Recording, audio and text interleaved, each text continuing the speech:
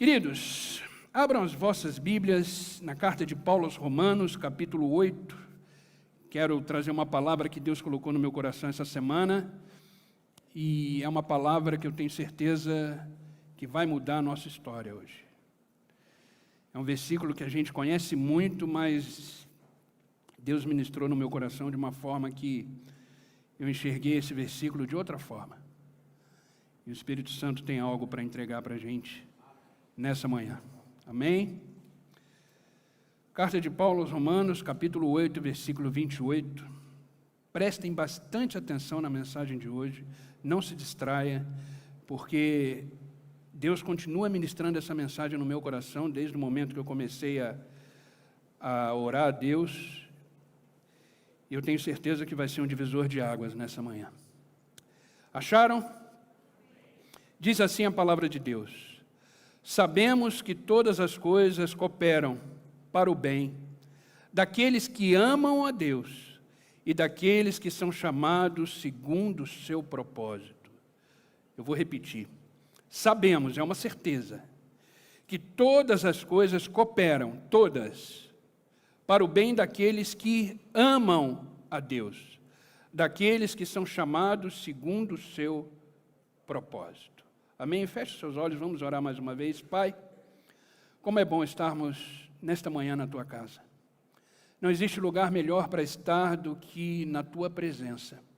Mas te pedimos, Senhor, que o Senhor fale conosco hoje de uma forma profunda, que venha tocar o nosso coração, a nossa alma, o nosso espírito, porque precisamos ouvir a Tua voz. Precisamos estar completamente prontos para fazer aquilo para o qual o Senhor nos chamou. Por isso, Pai, eu te peço que a Tua palavra, Senhor, encontre em cada um de nós terra fértil, para que a Tua semente venha produzir frutos do entendimento, que toda distração, tudo aquilo que de repente possa nos distrair diante daquilo que o Senhor tem para nos dizer, caia por terra agora em nome de Jesus, e que os nossos olhos, o nosso foco, os nossos ouvidos estejam somente atentos à Tua palavra, porque agora o culto, Senhor, é do céu para a terra, e queremos verdadeiramente estar aqui disponíveis à Tua voz, para que possamos sair daqui no final cheios da Tua presença. Esse é o meu desejo, esse é o desejo da minha oração, em nome de Jesus. Amém e amém. Queridos, a Bíblia, ela é um livro de promessas. Amém? É um livro de promessas. Às vezes as pessoas falam, mas eu não sei quais são as promessas de Deus para mim. Eu não sei o que Deus espera de mim. Mas esse livro, ele contém toda a vontade de Deus para nós. Toda a vontade que Deus deseja para mim e para você. Contém todas as promessas que Ele fez questão de registrar e deixar ali para que a gente hoje pudesse conhecer essas promessas. Quem tem promessa de Deus aqui? Então se agarre a essas promessas, porque é ela que vai nos manter de pé. Porém, existem algumas promessas que elas são promessas com condições. O que são promessas com condições? São promessas que não são para todas as pessoas. Aí você vai falar, mas pastor, como assim? São promessas que não são para todas as pessoas, porque ela tem uma condição. E se essa condição é feita, as promessas se realizam. Aí você vai falar, mas como? A condição nada mais é do que um processo que cada ser humano deve passar para que as promessas possam se realizar. E hoje eu quero falar sobre isso. O tema da nossa mensagem hoje é uma promessa para mim. Uma promessa para mim. E é interessante a gente ver que algumas pessoas pensam sobre a vida. E quando eu estava escrevendo essa mensagem, eu comecei a lembrar de algumas pessoas, de alguns livros que eu li. E algumas pessoas têm uma visão da sua própria vida, visões até meio que deprimentes. Olham para a sua vida, por exemplo, um poeta do século XVIII, o Eddie Robinson, ele diz, a vida é um jogo, e às vezes, na maioria das vezes, eu perco esse jogo. Olha a visão que ele tinha da vida. A vida é um jogo, e às vezes, na maioria das vezes, eu perco esse jogo. Uma autora romancista, Barbara Kingsolver, ela diz, a vida é tão estúpida que eu não aguento mais vivê-la. Olha a visão que essas duas pessoas, eu coloquei só duas aqui, têm da sua própria vida. Mas a gente, como filho de Deus, como homens e mulheres que foram redimidos, resgatados e salvos, precisamos enxergar a vida baseada nas promessas de Deus. Porque só estamos aqui de pé porque existe uma promessa. Eis que estarei convosco todos os dias. Por isso que estamos aqui hoje, porque essa promessa se cumpre hoje na nossa vida. E ela vai se cumprir amanhã, em nome de Jesus, e ela vai se cumprir até o último dia da nossa vida. Eis que estarei convosco todos os dias. E, na medida que eu fui lendo relatos de pessoas que olham para a sua vida, e a vida é um dom, é uma graça de Deus, por isso que a gente deve agradecer todos os dias quando abre os olhos. Obrigado, Senhor, por esse dom que se renovou na minha vida hoje. Mas tem pessoas que olham para a sua vida e olham de forma deprimente. Mas eu tenho uma palavra para você nessa manhã, que está no Salmo 139, e ela resume o que é a nossa vida. Essa palavra resume a nossa existência, por que estamos aqui. Salmo 139, capítulo 139, versículo 3 em diante, diz assim: Tu criaste o íntimo do meu ser e me teceste no ventre da minha mãe. Eu te louvo porque me fizeste de modo especial e admirável. Tuas obras são maravilhosas, disso eu tenho plena certeza.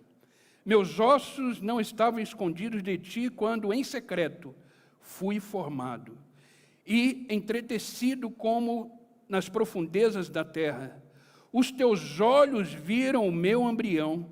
Todos os dias determinados para mim foram escritos no teu livro, antes de qualquer deles existir. Como são preciosos para mim os teus pensamentos, ó Deus, como é grande a soma deles. Essa é a nossa vida. Fomos criados por Deus. Temos um plano de Deus na nossa vida. Temos um percurso para caminhar. Não nascemos por acaso, não estamos aqui como obra do acaso, não caímos na vida de paraquedas, não. Existe uma promessa para mim. Repete isso junto comigo. Existe uma promessa para mim. Existe uma promessa. Nós fomos feitos no ventre da nossa mãe, com muito amor. Com muito amor. Você nasceu para viver todas as promessas que Deus tem para você. Todas as promessas que Deus tem para você. Como verdadeiros filhos de Deus, a nossa visão não deve ser baseada nas circunstâncias da vida, mas sim nas promessas de Deus. A nossa vida deve ser o que a palavra diz que ela vai ser. A nossa vida, ela deve fazer o caminho que a palavra diz que é o caminho. E só existe um homem que disse, eu sou o caminho. E esse homem se chama Jesus Cristo. Ele disse, eu sou o caminho. Ele não disse, eu sou mais um caminho. Ele disse, eu sou o caminho. E só existe um caminho para a gente percorrer. E esse caminho, ele é cheio de promessa. Cheio de promessa. Porém, essa promessa que lemos em Romanos, que tudo contribui para o bem daqueles que amam a Deus, é uma promessa de condição. Tudo contribui para aqueles que amam a Deus. Então, essa promessa, ela tem algumas restrições. E hoje eu quero falar um pouquinho sobre isso. Sobre a restrição que existe nessa promessa. Uma coisa que fica muito clara sobre o que Paulo escreveu, quando ele escreveu aos Romanos, nesse versículo, é que essa promessa não é para qualquer um. Essa promessa de que as coisas vão contribuir para o bem é só para quem ama a Deus. Só para quem ama a Deus. Ah, pastor, mas então tem pessoas que não amam a Deus? Tem. Infelizmente tem. Tem pessoas que nem sequer acreditam em Deus. E essa promessa, tudo coopera para o bem, não acontece na vida dessas pessoas. Porque isso é uma promessa de condição. Tudo vai acontecer. Paulo não disse, todas as coisas cooperam para o bem de todos. Não, não é assim que o versículo foi escrito. O versículo foi escrito, tudo coopera para o bem daqueles que amam a Deus. Então existe uma restrição nessa promessa. E o que seria amar a Deus? que seria amar a Deus? A palavra amor, ela na língua portuguesa, ela tem um significado. E o significado da palavra amor na língua portuguesa é um sentimento pelo outro. Às vezes até um sentimento de cuidado. Mas não é o mesmo sentimento que Deus tem por nós. E na língua portuguesa esse sentimento ele passa. Dependendo da condição, esse sentimento de amor passa. Por isso que falar eu te amo é muito forte. Por isso que falar eu te amo não pode ser falado soltos ao vento, porque palavras soltas, porque amar é uma coisa muito forte. E na língua portuguesa se trata de um sentimento, que infelizmente, dependendo das condições, esse sentimento acaba. A gente ouve algumas pessoas dizendo, eu não tenho mais amor por aquela pessoa. Infelizmente acaba. Na língua grega, essa palavra amor tem 3 significados importantes. Primeiro, no grego, eros significa amor romântico, é um amor que você tem romântico, um amor de um casal, por exemplo. Filia, amor de amizade. Esse amor de amizade era o amor que, por exemplo, o rei Davi tinha pelo filho de Saul, Jonatas. É um amor de amizade. Agora existe um amor chamado ágape. Esse amor é independente das circunstâncias. É o amor de Deus por nós. E o que significa amar a Deus? É retribuir esse amor que Deus tem por nós. Então, quando o versículo diz, tudo coopera para o bem daqueles que amam a Deus, são aqueles que retribuem esse amor a Deus.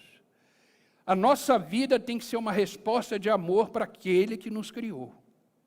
A nossa vida ela tem que ser uma resposta diária desse amor de Deus por nós. Só assim tudo vai cooperar para o nosso bem, porque é uma promessa de condição. E eu pergunto, como é que está a nossa vida em relação a Deus? A gente ama realmente a Deus? Tudo que eu faço é por Deus, tudo que eu faço glorifica a Deus, tudo que eu digo agrada a Deus, todas as minhas atitudes exaltam o nome do Senhor, porque se não fizer isso, nós não amamos o Senhor. O próprio Jesus Cristo diz, quem me ama, guarda os meus mandamentos. Quem me ama, faz as coisas que eu faço. Por isso que Paulo lá na frente vai dizer que cada um de nós precisamos ter a mente de Cristo. O que é ter a mente de Cristo? Viver como Cristo. E como é que amamos a Deus? Quando vivemos como Cristo vive. A única forma de amar a Deus é ser Cristo para esse mundo. Aí a gente entende quando Deus diz, façamos o homem a nossa imagem, a nossa semelhança. Essa imagem e semelhança é ser que nem Cristo. Dessa forma, tudo contribui para o nosso bem. Tudo contribui para o nosso bem. Então entenda uma coisa, essa promessa que existe em Romanos é uma promessa restrita, só para aquelas pessoas que verdadeiramente amam a Deus.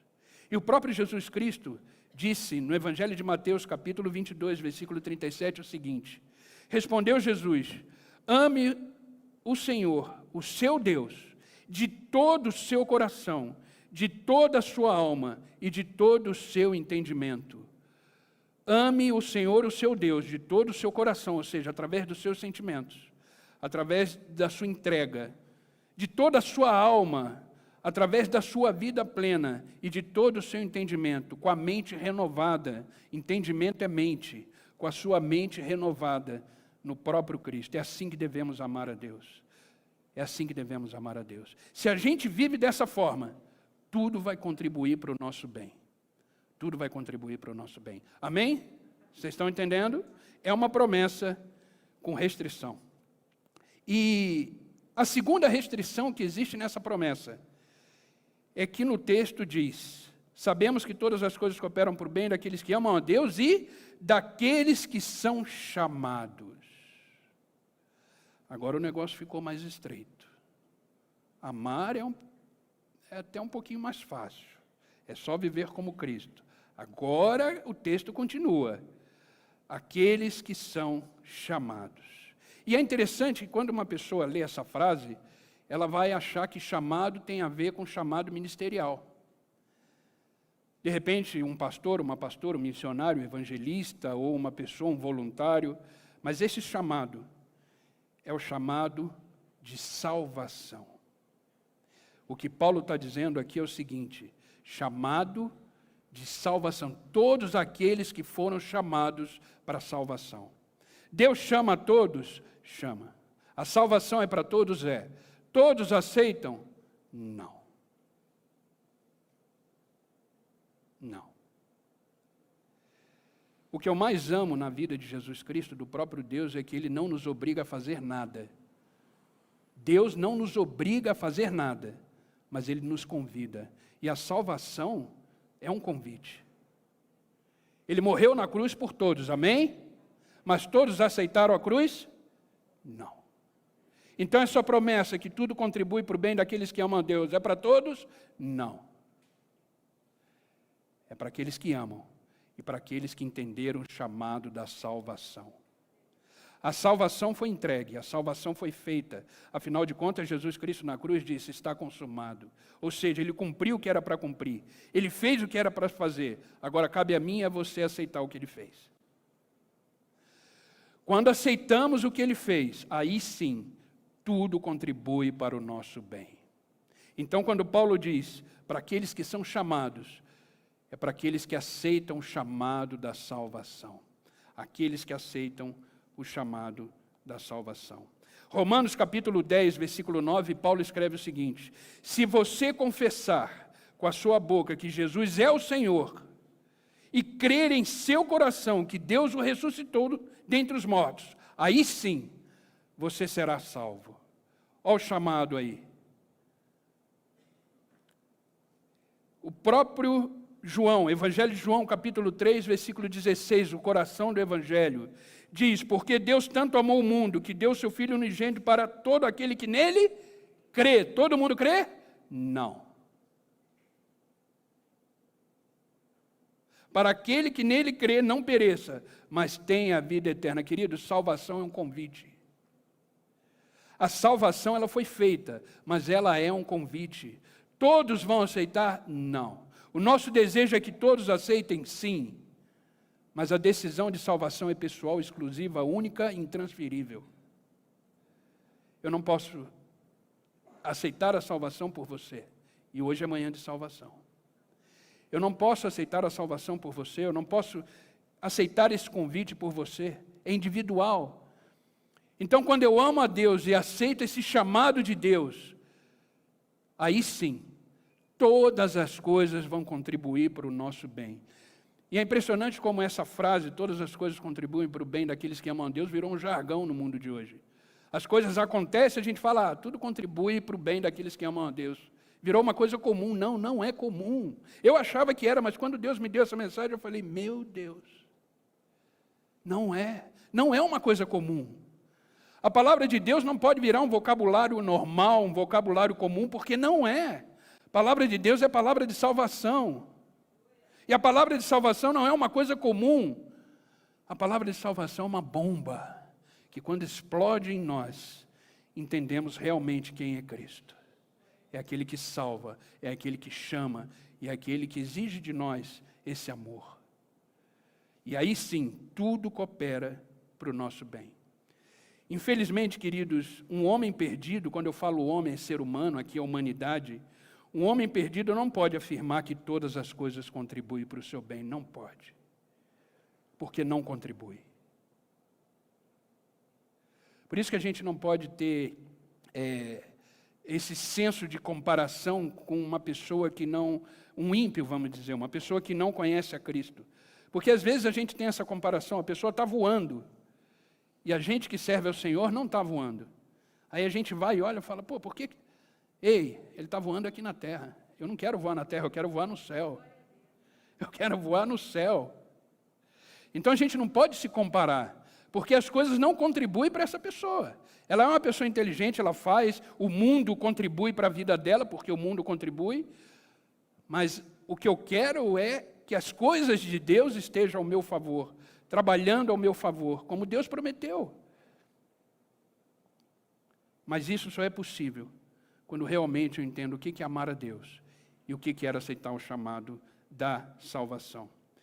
Então entenda uma coisa, queridos, essa promessa de Romanos 28, ela é restrita. Para que ela possa ser executada e liberada na sua vida, existem duas condições: amar a Deus e aceitar o convite da salvação. Só assim todas as coisas vão contribuir para o nosso bem. Agora, essa promessa é uma promessa inclusiva para todos aqueles que amam a Deus e foram chamados pela sua graça. Porém, ela também é uma promessa exclusiva para aqueles que não conhecem a Deus e não amam a Deus de todo o coração. Então, ela inclui essa promessa para quem ama e quem aceita o chamado da salvação, e ela exclui essa promessa para quem não ama a Deus e quem não aceitou a sua salvação. Amém? Eu sei que é difícil dizer amém numa mensagem como essa, né? Mas, queridos, na medida que a gente vai caminhando e conhecendo essa promessa também ela tem uma realidade na nossa vida. E é o segundo ponto da mensagem, a realidade dessa promessa. A realidade dessa promessa. Agora que entendemos que esta promessa, para quem serve, é para aqueles que amam a Deus e decidiram a salvação, precisamos agora compreender qual é o alcance dessa promessa, qual é a realidade dessa promessa. E ao olharmos para o cerne dessa promessa, ao olharmos para o coração dessa promessa, que tudo contribui para o bem daqueles que amam a Deus e são chamados segundo o seu propósito, entenda uma coisa: há um propósito nas circunstâncias da nossa vida. Há um propósito nas circunstâncias da nossa vida. Ou seja, nada acontece por acaso. Para a vida daqueles que amam a Deus e que aceitaram o chamado da salvação, nada acontece por acaso. E às vezes a gente começa a fazer algumas perguntas quando a vida está difícil. Quando a gente encara um problema, quando a gente encara uma dificuldade, a gente começa a falar: por quê? Por que isso está acontecendo comigo? Por que Deus está fazendo isso comigo? A gente até culpa Deus. Por que será? Estava indo tudo tão bem, de repente começou a desandar. Por que eu perdi meu emprego? Por que eu fiquei doente? Por que meu marido me abandonou, a minha esposa me abandonou? Por que meu filho não sei o quê? Por quê? Essa é a nossa pergunta natural. Como seres humanos, a gente sempre quer saber a razão das coisas. É natural. Como ser humano, a gente sempre quer saber o motivo das coisas. E não tem problema nenhum saber os motivos. Até porque tem coisas que a gente não quer nem saber por quê.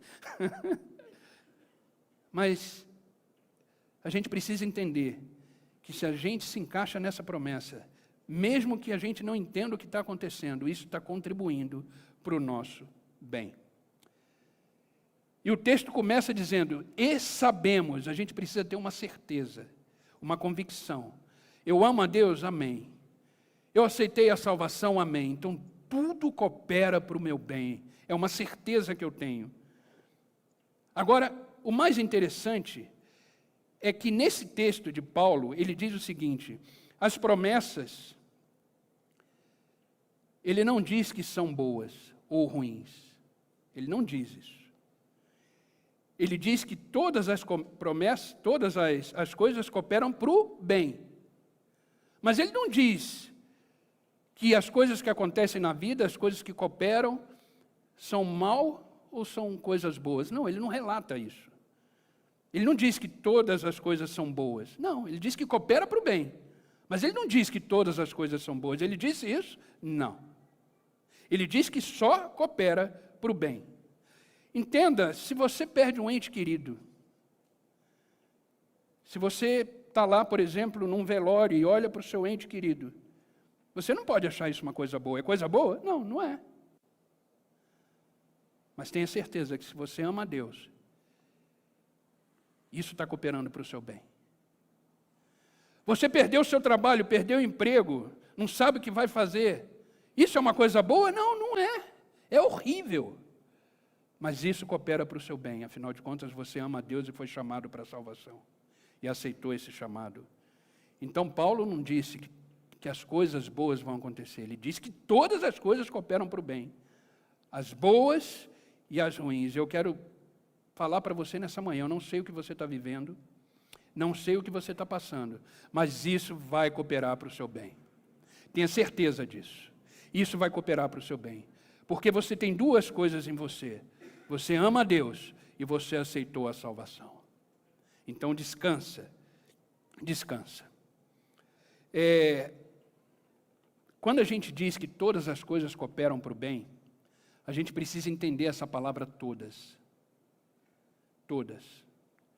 Tudo aquilo que acontece na sua vida desde que você nasceu, desde que você conheceu Jesus, desde que você aceitou a salvação, cooperam para o seu bem.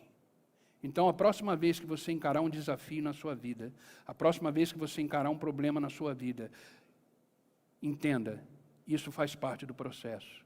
Isso faz parte de tudo aquilo que vai cooperar para o seu bem. Amém? Entenda que Deus, Ele trabalha junto, Ele coopera com a nossa vida. Essa palavra cooperar, depois eu fui pesquisar, que eu achei interessante, ela é derivada de uma palavra grega que significa sinergazoide. Sinergazoide, que significa literalmente trabalhar junto. Então, o que é cooperar para o bem daqueles que amam a Deus? É que as promessas trabalham junto com os desafios da vida. As promessas cooperam, trabalham junto com as demandas da vida. Trabalham junto com as suas dores, com os seus sofrimentos, com as suas necessidades. Isso significa cooperam. Deus trabalha junto com cada um de nós, independente das circunstâncias. O próprio Jesus disse isso. O próprio Jesus disse isso. Ele falou, eu trabalho e o meu Pai ainda trabalha. Ei, Jesus trabalha por você hoje, sabia disso? Jesus trabalha por você agora, Ele não descansa, Ele não para. Ele quer o seu melhor, Ele está garantindo o seu futuro. O seu futuro já está garantido em Deus, amém? O seu futuro já está garantido em Deus. Afinal de contas, você ama ou não ama a Deus? Aceitou o plano de salvação? Descansa. Descansa. Descansa trabalhando, descansa fazendo, descansa mantendo a sua salvação, descansa amando a Deus. Sabe, queridos, se a gente pega a história de José é fantástica. Vocês conhecem a história de José? Ele foi traído pelos seus irmãos. Depois ele foi vendido pelos seus irmãos. Mas existe um texto em Gênesis, capítulo 50, versículo 20, que para mim é o melhor texto da história de José. José sofreu muito. Inclusive, ele foi preso injustamente, porque acharam que ele tinha feito alguma coisa com a mulher de Potifar.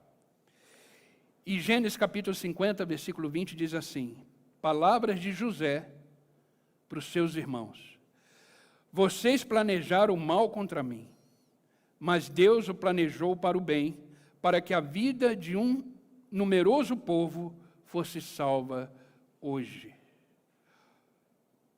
A situação que José viveu cooperou para o bem dele.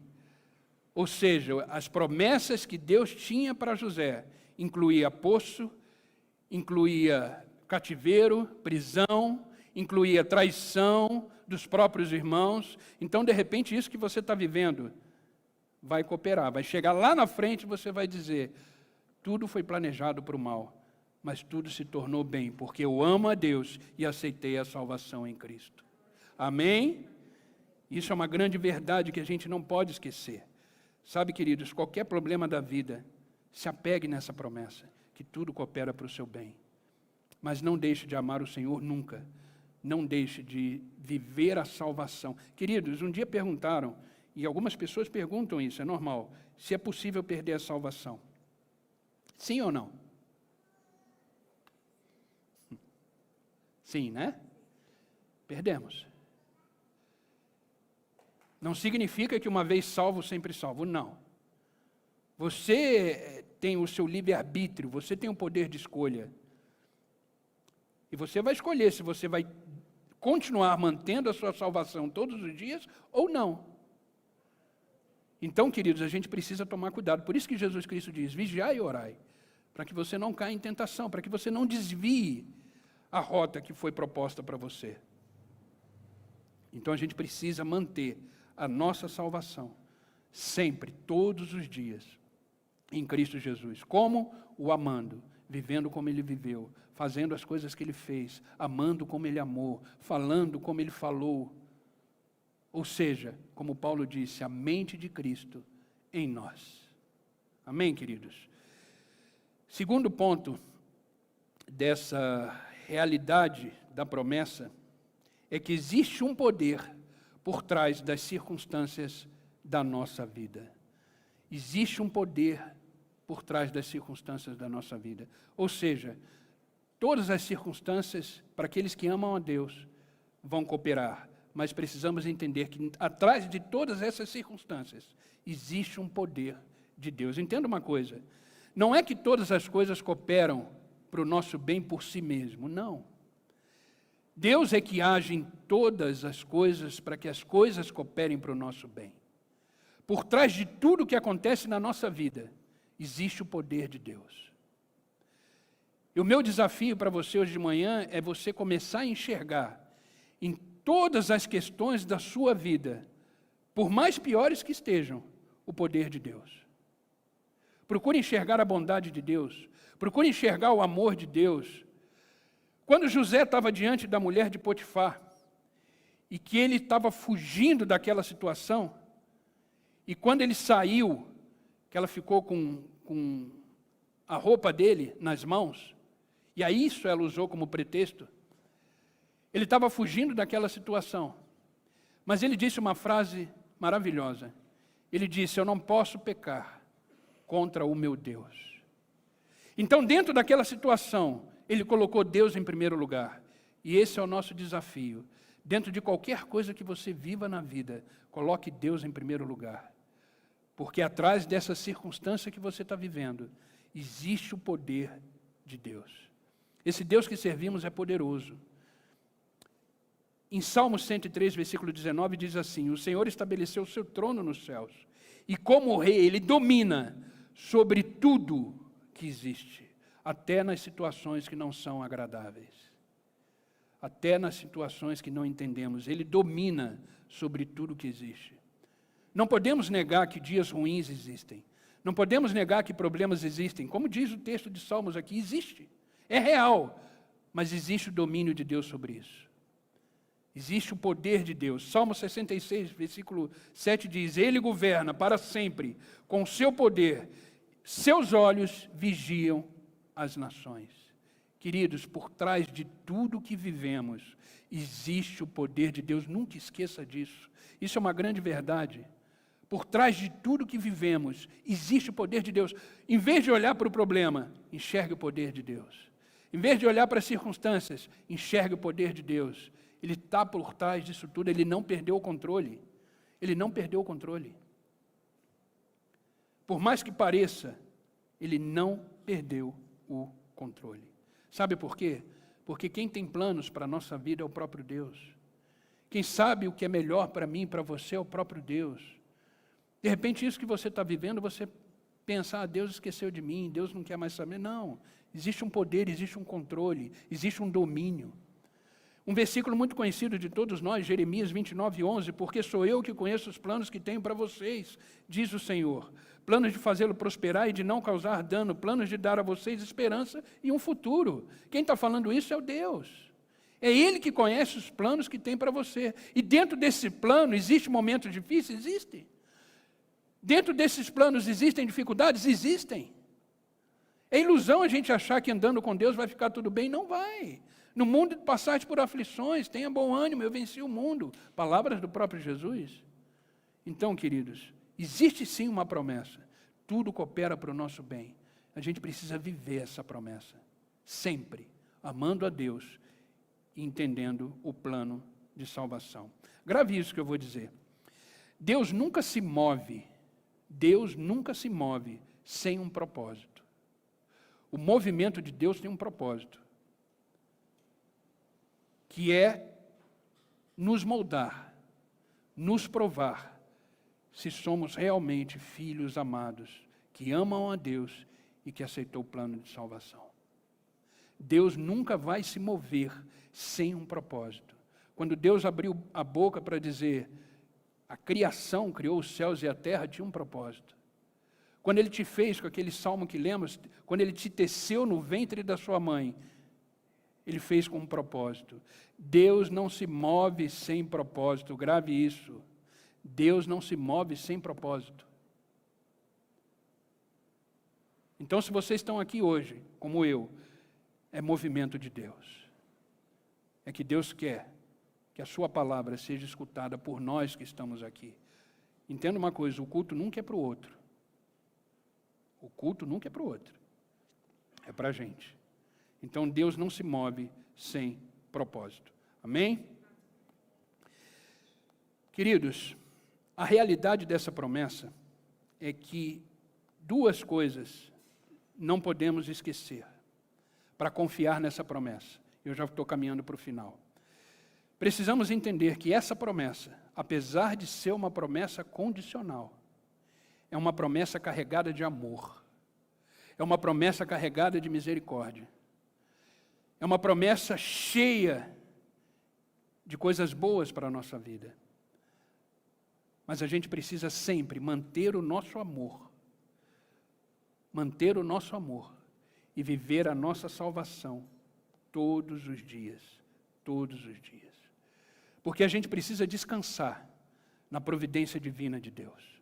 Quando Deus diz, tudo coopera para o bem daqueles que me amam, daqueles que amam a Deus, e daqueles que são chamados segundo o propósito de Deus, que é a salvação, o maior propósito de Deus é a salvação.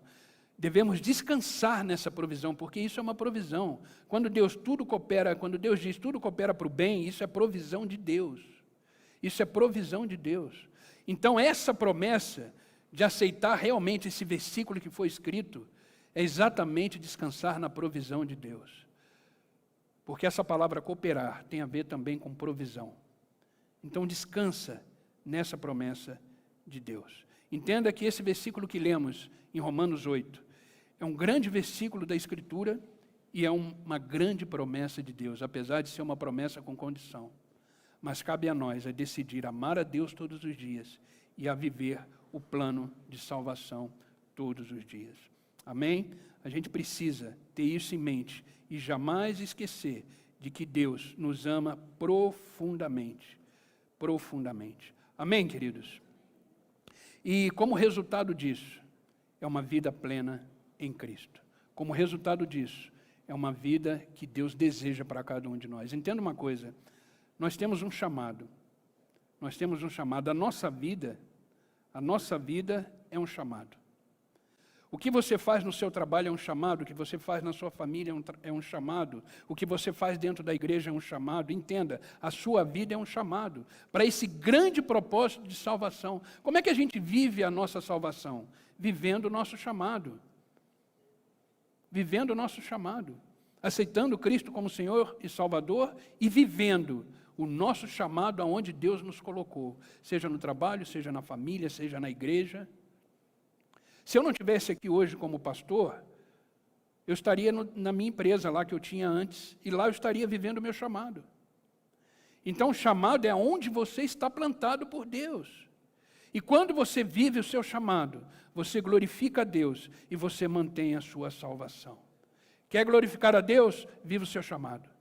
Como empresário, como profissional, como esposa, como marido, como filho, como filha, como namorado, como namorada, como músico, como voluntário, como pastor, pastora, viva o seu chamado. Dessa forma você estará mantendo o amor por Deus e aceitando o chamado da salvação todos os dias da sua vida. Todos os dias da sua vida. Amém, queridos? Quero chamar o pessoal do louvor para já ir chegando. Sabemos que todas as coisas cooperam para o bem daqueles que amam a Deus e daqueles que são chamados segundo o seu propósito. Sabe, queridos, a gente precisa viver as Escrituras. A gente precisa viver tudo aquilo que ouvimos de Deus. Entenda que vida com Deus não é uma vida de palavras e discursos. É uma vida prática, onde todos os dias amamos a Deus e vivemos a nossa salvação.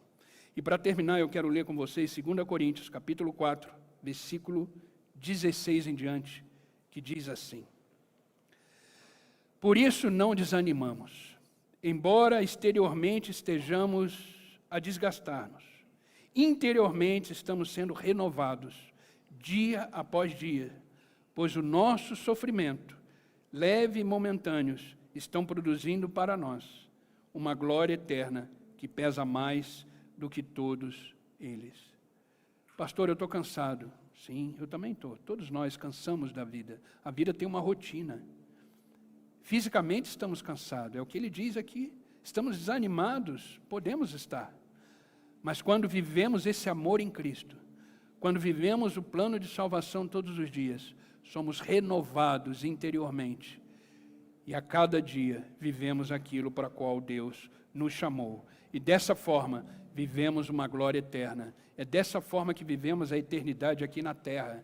A gente acha que a eternidade só acontece quando morremos. Não, ela acontece quando você glorifica o Senhor aqui na terra, através do amor a Deus e através do chamado para a salvação. Amém, queridos? Amém?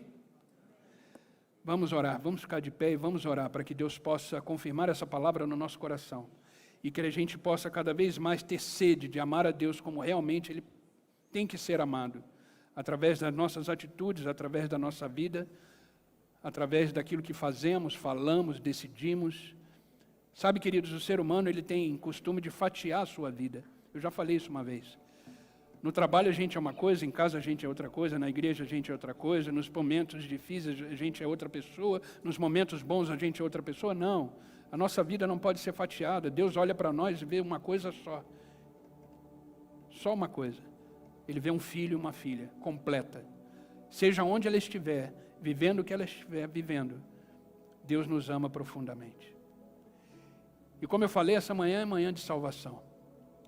É manhã onde você acha que se você está aí meio abalado na sua fé, na sua salvação, eu quero orar por você. Queridos, a salvação é uma coisa muito séria. Quando a gente não dá valor na salvação, a gente vive uma vida, pode ser até boa, porque o mundo contribui para isso. Mas quando a nossa vida acaba, é que a eternidade vai começar.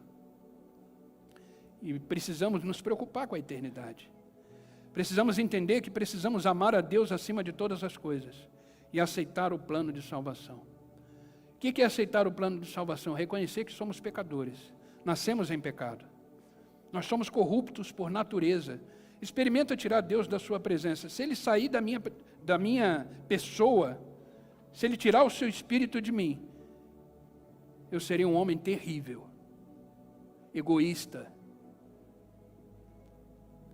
A gente só é bonzinho, a gente só é legal por causa da presença de Deus. Por isso a salvação é importante. A salvação nos garante a eternidade. A salvação nos garante uma vida eterna com Deus. Então esse versículo que lemos, tudo contribui para o bem daqueles que amam a Deus e foram chamados para isso, para a salvação. E se você se sente uma pessoa assim, que precisa de Deus na sua vida, precisa renovar os seus votos com Deus, vem aqui na frente comigo. Vamos orar junto, não tenha vergonha. Deus está falando com você. E eu sei que você está aí. Eu sei que você precisa renovar a presença de Deus em você. A gente precisa renovar a presença de Deus todos os dias. Deus precisa ser a razão da nossa vida todos os dias, para que o bem aconteça na nossa vida. Amém. Glória a Deus. Hoje vai ter festa no céu. Hoje vai ter festa no céu. Eu estou esperando você, porque o Espírito Santo me incomoda. Eu tenho certeza que você precisa renovar a presença de Deus na sua vida. Amém. Glória a Deus. Hoje vai ter festa no céu. Aleluia. Lá na Suricantalas. Tudo coopera para o bem daqueles que amam a Deus. Pode vir. Vem sem medo. Você está na casa do Pai. Você está diante daquele que é Senhor e Deus na sua vida. Hoje é manhã de salvação. Para que as coisas possam contribuir para o nosso bem. Precisamos amar a Deus. Precisamos amar a Deus acima de todas as coisas. Precisamos aceitar a salvação. Vem, pode vir. Se Deus falou diretamente no seu coração, vem. Vamos orar juntos. Vamos orar juntos. Amém. Coloca a mão no seu coração, Pai. Estamos aqui rendidos à Tua presença. Reconhecendo, Senhor, que somos pecadores. Que somos pessoas que precisam do Senhor. Precisamos reconhecer o Senhor como Deus, como Pai, que através do seu Filho amado Jesus Cristo nos deu a salvação. Mas, Pai, salvação é uma decisão. Salvação é uma escolha. E a salvação, ela tem impacto eterno. Por isso, Pai, te louvamos nessa manhã por essas pessoas que estão aqui diante do teu altar, que sentiram no seu coração, na sua alma e no seu espírito, que precisam do Senhor. Por isso, Pai, em nome de Jesus Cristo, eu te peço, escreva o nome delas no livro da vida, e que elas possam realmente ser renovadas na tua presença. Que cada um aqui, Pai, possa te amar acima de todas as coisas. Que cada um aqui possam verdadeiramente entender o plano de salvação. E que hoje, cada um se torne uma nova criatura na tua presença, porque esse é o poder do Evangelho, nos transformar em novas criaturas. As coisas velhas se passaram e eis que tudo se faz novo. Por isso, Pai, te louvamos nessa manhã por cada um que está aqui, por aqueles que também estão aqui na igreja, que estão ali fazendo a sua oração em particular. Toca essas vidas, Pai, também, com teu Espírito, com teu poder. Ah, Pai, como é bom saber que sempre há uma oportunidade, sempre há uma chance de renovarmos na tua presença, de aceitarmos o Senhor Jesus Cristo como nosso Senhor e Salvador. Por isso, Pai, nos entregamos na tua presença e hoje submetemos a nossa vida ao senhorio de Cristo. Obrigado, Pai. Que teu Espírito Santo invada cada vida aqui agora, com poder e glória, e que haja transformação na alma, no espírito, e que eles possam ser renovados pela tua presença. E que esta promessa, que é uma promessa condicional, aconteça na vida de cada um de nós. Que tudo coopera para o bem daqueles que te amam e são chamados segundo o teu propósito, que é a salvação. Obrigado, Pai, por se entregar por nós. Obrigado por verter o teu sangue naquela cruz. Obrigado, Senhor, por esse amor tão grande, imensurável, que não temos como retribuir, mas está aqui a nossa vida, e ela colocamos diante da tua presença nesse altar, para dizer: te amamos, Senhor, mais do que tudo na nossa vida, te amamos, Senhor, e eternamente te amaremos. Obrigado pela salvação, obrigado pelo teu grande amor. É no teu nome, Jesus, que eu oro. E agradeço por cada uma dessas vidas que estão aqui, diante da tua presença, sendo salvas pelo teu poder. Obrigado, Pai. É no teu nome que eu oro e agradeço. Amém e amém. Aplaudo, igreja, a vida de cada um desses aqui. Amém? Que Deus os abençoe. Em nome de Jesus.